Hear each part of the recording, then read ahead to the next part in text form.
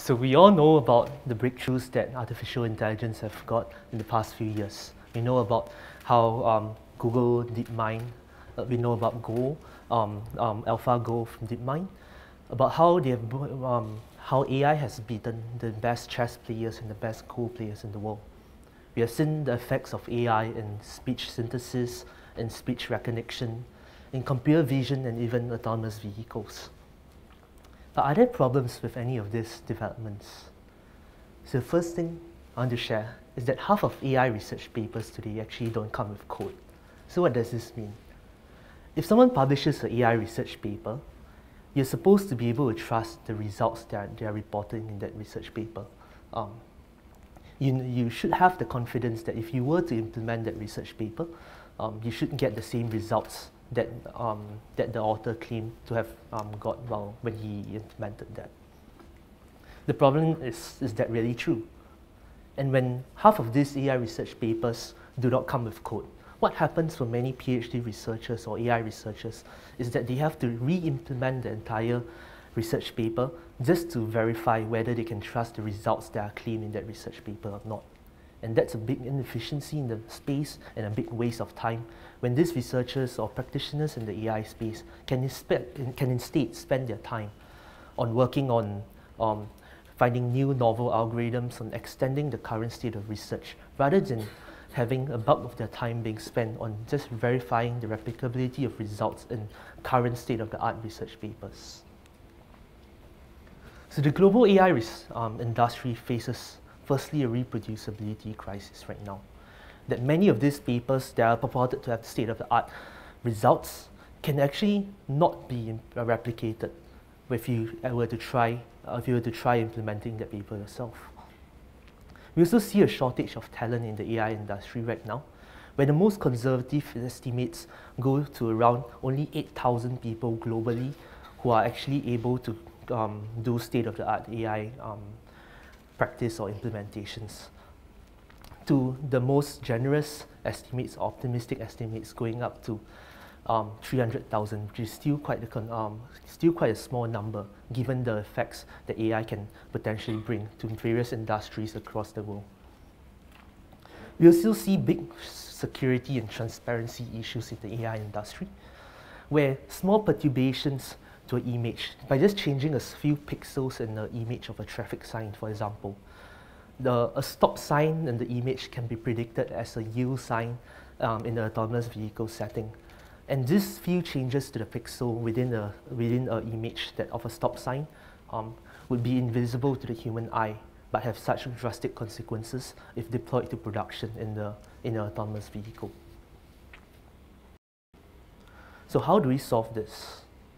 How do we take away some of these problems like reproducibility, shortage of AI talent, and security or transparency issues? I think the best way to do that is through collaborative, crowdsourced, and inclusive AI research. How do we do that? These are the various stakeholders within the AI research space. You have the PhD researchers who come up with your state-of-the-art algorithms and research papers that are published on the Cornell University archives, for example. You have learners, students like many of us, or even self-learners in rural parts of the world who are working so hard, making use of online resources, the open source resources, in order to level up themselves and give themselves a fighting chance to get into this industry and uplift their entire families. We also have the practitioners who are looking to implement some of these state-of-the-art algorithms in the industry, so that it actually translates the research into real value for all of us. There is a real dynamic between these three groups of people in the AI research industry that might not be very apparent or explicit to someone who is not looking at this from a macro view. So one example is between AI researchers and learners. Many self-learners, students, or people without the traditional qualifications for conducting AI research desperately want the recognition that they can of their skills that can sometimes even be on par with that of PhD researchers. Just because they do not have a PhD qualification does not mean that their skills might be inferior to some of those researchers out there. How do they get this recognition? By solving one of the biggest problems of reproducibility that I mentioned earlier.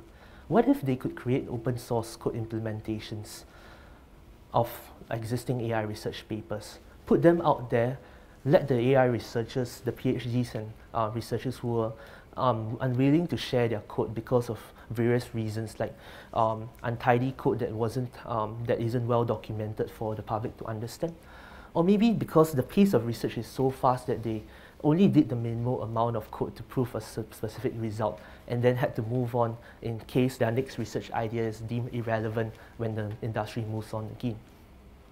Many of these self-learners have the time, much more time than our practitioners or our PhD researchers, to spend more time into creating these code implementations that can actually really translate the research that many researchers are doing into real-life applications that our practitioners can use and that other researchers can then use to verify the results of existing research in order to focus their time more instead on extending the state of research.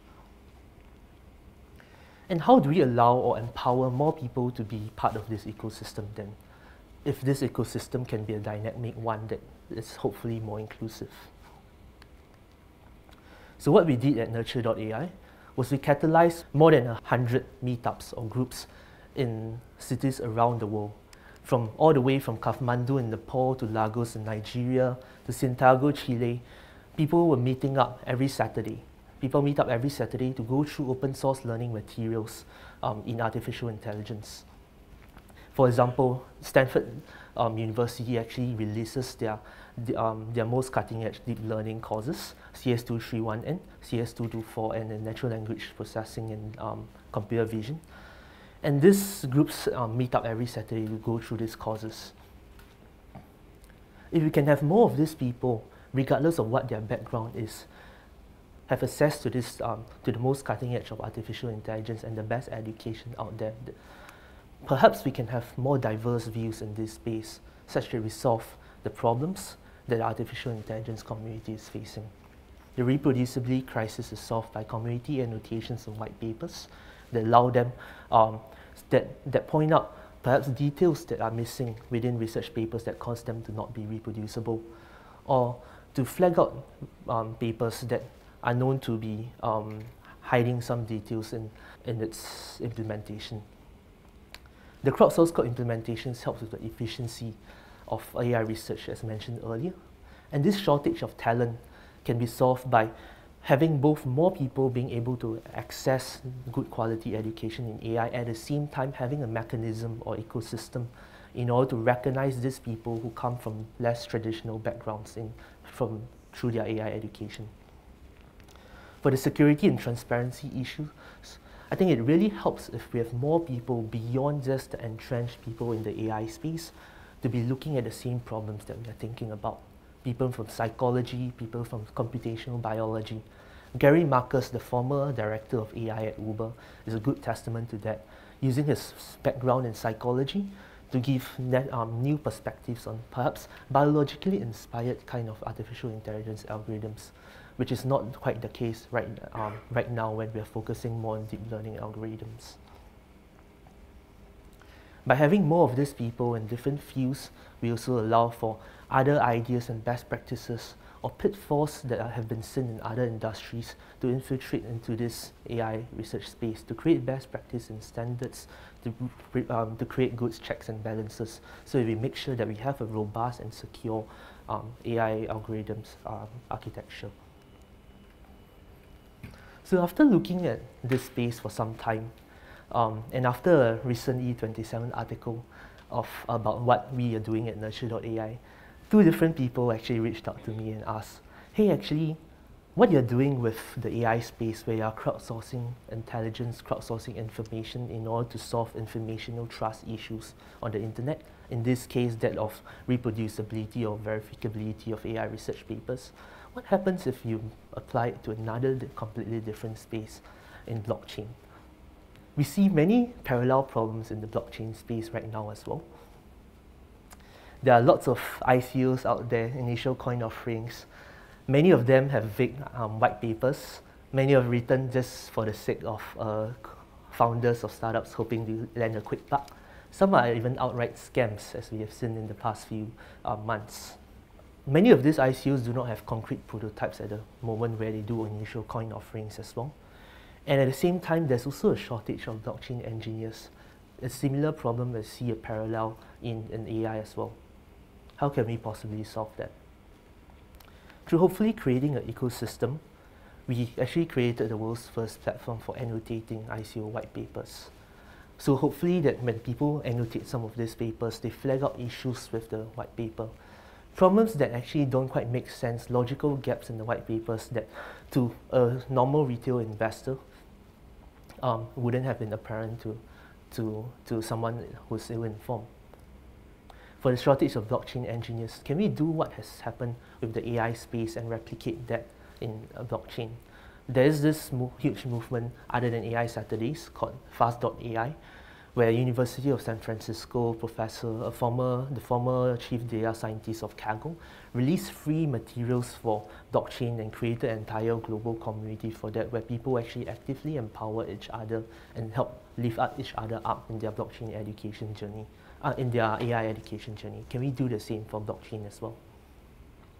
With so many scams from people wanting to earn a quick buck, can we use crowdsourced intelligence but perhaps build an incentive system that rewards reviewers who do well in terms of predicting the success of ICO and penalizes those who are reviewing ICOs and giving wrong signals just for their own benefit? This is an invitation for all of us to participate in such communities globally in order to use this crowdsourced intelligence, catalyze it, and then move for progress in all of these deep tech spaces. Thank you.